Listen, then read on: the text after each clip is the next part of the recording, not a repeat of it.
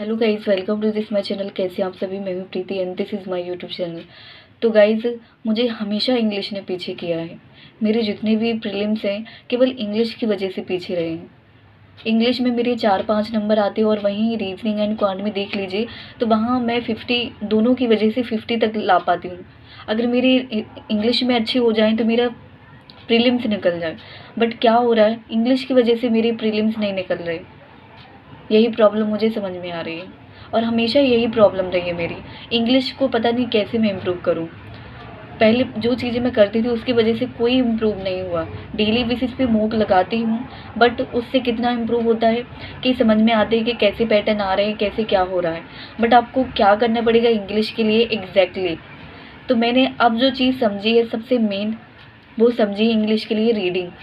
आप जितना रीडिंग करोगे उतनी ही चीज़ें आपकी सॉल्व होंगी। देखिए, जो हमारी इंग्लिश है वो इजी भी है और डिफ़िकल्ट भी है, बट जो डेली बेसिस पे रीडिंग करते हैं, कंसिस्टेंसी रखते हैं, वो इंग्लिश को समझ जाते हैं और जो नहीं करते हैं वो पीछे रह जाते हैं। तो मेरी इंग्लिश बहुत ही, मैं आपको बता दूं, अभी भी मेरे जब भी 10 से कम नंबर आते हैं तो मैं सोचने लगती हूँ कि मुझे इतना टाइम हो गया फिर भी मेरी इंग्लिश क्यों इम्प्रूव नहीं हो रही। इतनी सारी चीज़ें मैं उसके लिए कर रही हूँ, 120 रूल्स कर रखे हैं मैंने, ग्रामर कर रखी है और डेली बेसिस पे मॉक भी दे रही हूँ, एडिटोरियल भी देख रही हूँ। एडिटोरियल से इतनी सारी चीज़ें हुई हैं कि मुझे पैराग्राफ समझ में आने लगे हैं और थोड़ी बहुत ऐसी है कि वोकैब मुझे समझ में आई है। बट अभी भी मेरी इंग्लिश बहुत ही वीक है। अभी भी मेरे 20+ मार्क्स नहीं आते हैं और ये कैसे इम्प्रूव होगा। क्वांट और रीजनिंग में तो इतने अच्छे नंबर आते हैं कि 25+ नंबर आ जाते हैं और भी अच्छा परफॉर्म कर लेती हूँ उसमें। बट इंग्लिश क्यों नहीं इम्प्रूव हो रही है? इंग्लिश क्या इतनी कठिन है बैंक की? नहीं, इतनी कठिन भी नहीं है, बट हम क्या करते हैं गलती, इंग्लिश को इम्प्रूव करने के लिए हम रीडिंग बहुत अच्छे से नहीं करते। और रीडिंग करने की भी कई सारी तरीके हैं। देखिए, मैंने अभी 3-4 दिन पहले मैंने जब अभी स्टार्ट किया है मैंने इंग्लिश को थोड़ी और तरीके से करना।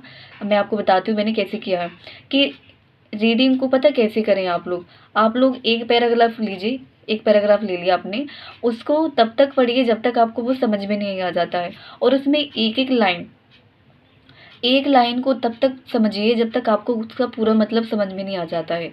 एक एक वर्ड पार्सिंग कीजिए कि इसका ये नाउन है, ये एडजेक्टिव है, ये प्रोनाउन है, ये सारी चीज़ें उसमें समझिए और कौन सी वर्ब लग रही है, कौन सा एडजेक्टिव है, ये सारी चीज़ें आपको कौन कहाँ पे एक्टिव पैसिव बॉय, ये सारी चीज़ें जब तक आपको पता नहीं चलेंगी ना, या आप चीज़ें आप कैलकुलेट करना नहीं सीखोगे ना, तब तक आपकी इंग्लिश को मतलब इंग्लिश इंप्रूव नहीं हो पाएगी। सारी चीज़ें मैं नहीं मानती हूँ कि ग्रामर कर लीजिए, 120 रूल्स कर लीजिए। 120 रूल्स हाँ एक बार कर लीजिए। देखिए, जिनने पहले ग्रामर कर ली है उनको 120 रूल्स पढ़ने की ज़रूरत भी नहीं है, और जिनने नहीं पढ़ी है ग्रामर तो वो 120 रूल्स भी कर सकते हैं, है ना। बट मैं रीडिंग को सबसे अब मेन मानती हूँ। मैं रीडिंग मैंने करना स्टार्ट कर दिया दोस्तों। मैं अब कुछ नहीं कर रही हूँ, कुछ नहीं कर रही हूँ। केवल रीडिंग 2 पैराग्राफ में लेती हूँ। एक पैराग्राफ को मैं तब तक सॉल्व करती रहती हूँ जब तक वो मुझे पूरा समझ में नहीं आ जाता।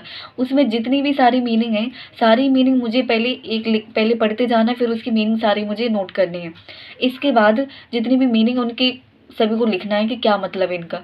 इसके बाद जब तक ये चीज़ें मेरी कंप्लीट नहीं हो जाती, जब तक मैं उस पैराग्राफ को छोड़ती नहीं हूँ, चाहे जितना टाइम लगे। क्योंकि अभी मेरी इंग्लिश वीक चल रही है, इसकी वजह से मैं उसको ज़्यादा टाइम दे रही हूँ। क्योंकि आपको भी ऐसे ही करना चाहिए। आपका जो वीक पॉइंट है, आपको लगता है जैसे कि सभी को पता है कि स्कोरिंग सब्जेक्ट है, बट आपके मार्क्स इसमें कम आते हैं, पर बट उसको आपको करना चाहिए, इम्प्रूव करना चाहिए, जिससे कि हम उसमें अच्छा स्कोर कर पाएँ। क्योंकि ये स्कोरिंग सब्जेक्ट है इंग्लिश, इसमें हम बहुत अच्छा परफॉर्म कर सकते हैं। तो इस वजह से मैंने इंग्लिश को इस तरीके से करना स्टार्ट कर दिया है, टाइम देना स्टार्ट कर दिया है। देखिए, टाइम तो देना ही पड़ेगा।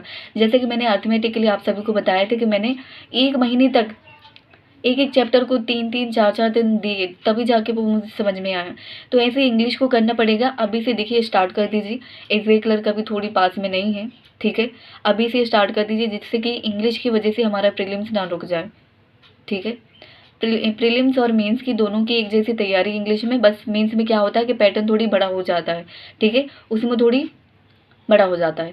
तो अभी से करें तैयारी, जिससे कि हमारा एसबीआई क्लर्क, एसबीआई पीओ और आईबीपीएस पीओ हमारा नहीं हो पाए, वैसे गलत ना हो पाए, अच्छा जाए।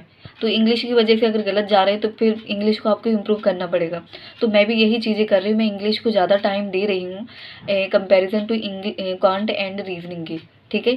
तो इंग्लिश को इम्प्रूव करना स्टार्ट कर दीजिए। कैसे भी आपको जो तरीका अच्छा लगे, मुझे तो यही तरीका अच्छा लगा। मैं आप सभी को बता दूँ कि मैं रीडिंग बस कर रही हूँ। रीडिंग से सारी चीज़ें मैंने एक बार देखिए ग्रामर कर लिए, मैंने ग्रामर के भी नोट्स बना लिए मैं आपको बता दूँ, और मैंने 120 रूल्स भी कर लिए एक बार, दूसरी बार भी मैंने कर लिए।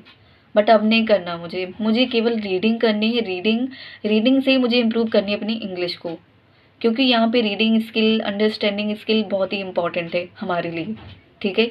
तो अपनी इंग्लिश को इम्प्रूव करें जितना हो सके, क्योंकि आने वाले एग्ज़ाम हम नहीं बिगाड़ सकते, क्योंकि ये एग्ज़ाम तो ऐसे चले गए, बट आने वाले एग्ज़ाम हम नहीं ख़राब कर सकते हैं।